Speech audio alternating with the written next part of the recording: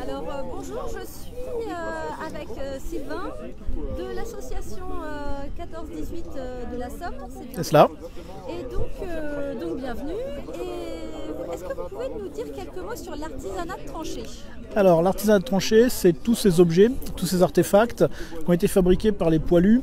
Alors soit sur le site même des combats, dans les tranchées, soit à l'arrière pendant des périodes de repos ou pour certains dans des maisons de convalescence. Et à ce moment-là, on est plutôt sur ce qu'on appelle l'artisanat de poilu.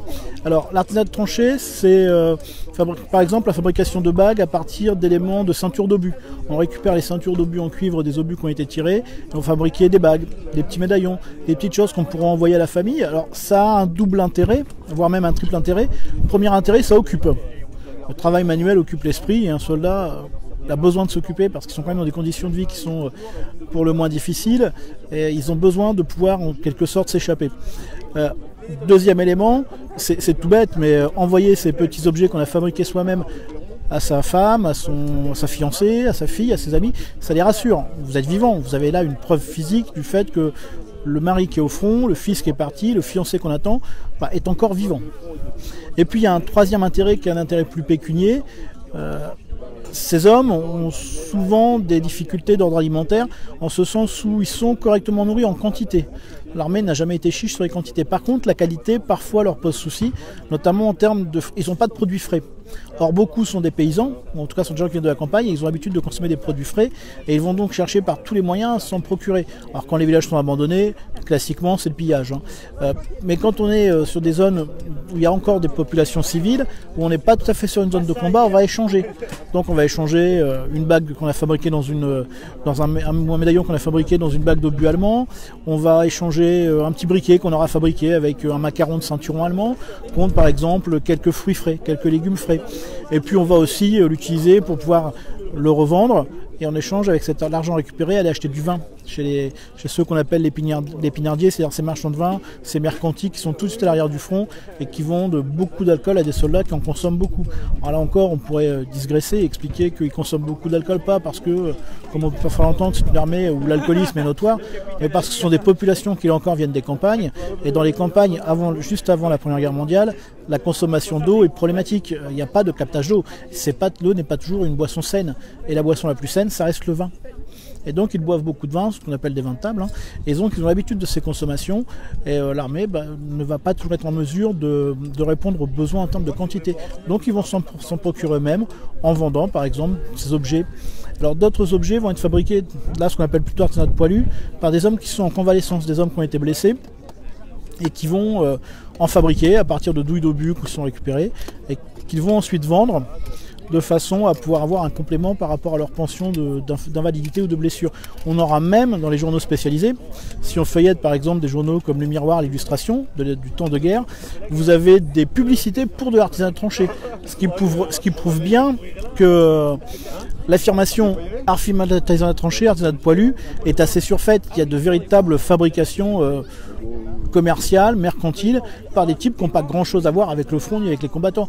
Mais combien sont-ils là, ça fait partie de toute cette ferveur patriotique.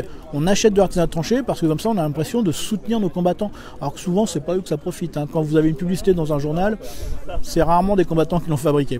D'accord, très bien.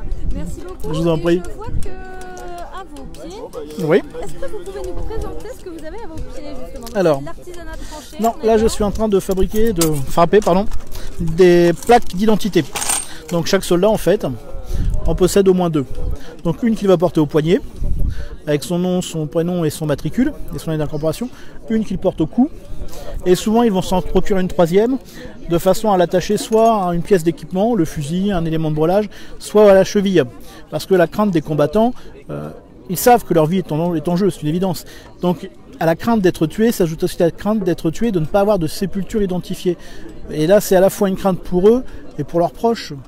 Comment faire son deuil quand on sait que son proche a été tué, son père a été tué, son mari a été tué, et que finalement il n'y aura jamais une tombe où aller se recueillir. Et c'est vrai que nous qui vivons dans la Somme, on voit souvent au moment des grandes dates anniversaires, beaucoup de gens qui déambulent dans les cimetières militaires, qu'ils soient britanniques ou français, Et en fait, ils ne cherchent pas une tombe, parce qu'il n'y a pas de tombe pour eux à chercher. Il est quelque part dans un ossuaire, leur héros décédé, mais il n'est pas identifié. Et en fait, ils cherchent à entrer en communion, mais c'est très compliqué de faire le deuil de quelqu'un pour qui on n'aura jamais d'endroit où se recueillir. Et donc les soldats, pour éviter cela, parce que mourir c'est une chose, mais savoir qu'on ne sera jamais enterré dans une tombe à son nom, c'est autre chose encore. Donc ils font en sorte de pouvoir être identifiés. Alors l'armée française en ce sens est plutôt bien lotie, on a des plaques métalliques. Les Allemands avaient des plaques qui étaient en aluminium qui sont très vite dégradées, et les Britanniques c'est pire, eux utilisaient des plaques la plupart du temps qui étaient fabriquées à partir de fibres végétales pressées. Et donc évidemment en termes de conservation, et puis ce qui s'est passé aussi c'est que souvent donc les hommes sont tués, les officiers ou sous-officiers responsables de section ramassent les plaques, en laissent une sur le corps, puisqu'il y en a deux, ça permet de savoir où ils sont, et ils sont dans des tombes provisoires. Les combats ont duré trop longtemps, souvent ces cimetières ont été bouleversés, on n'a jamais retrouvé les corps, en tout cas sans les plaques.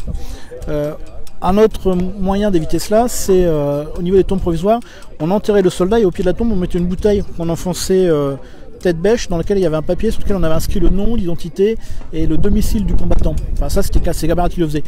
Et là encore pareil, hein, si les combats ont duré longtemps, l'humidité du sol fait que souvent le papier est illisible et on perd complètement la trace et l'identité de ces hommes.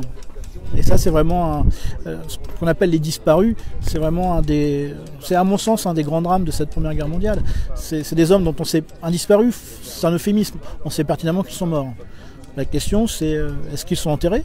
Est-ce qu'ils ont été simplement entièrement volatilisés par l'explosion d'un obus de gros calibre? Est-ce qu'ils ont été ensevelis dans une portion de tranchée, un abri?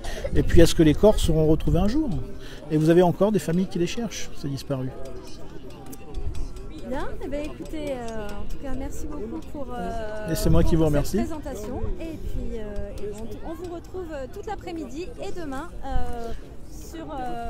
avec vos reconstituteurs. Merci, ce sera avec grand plaisir.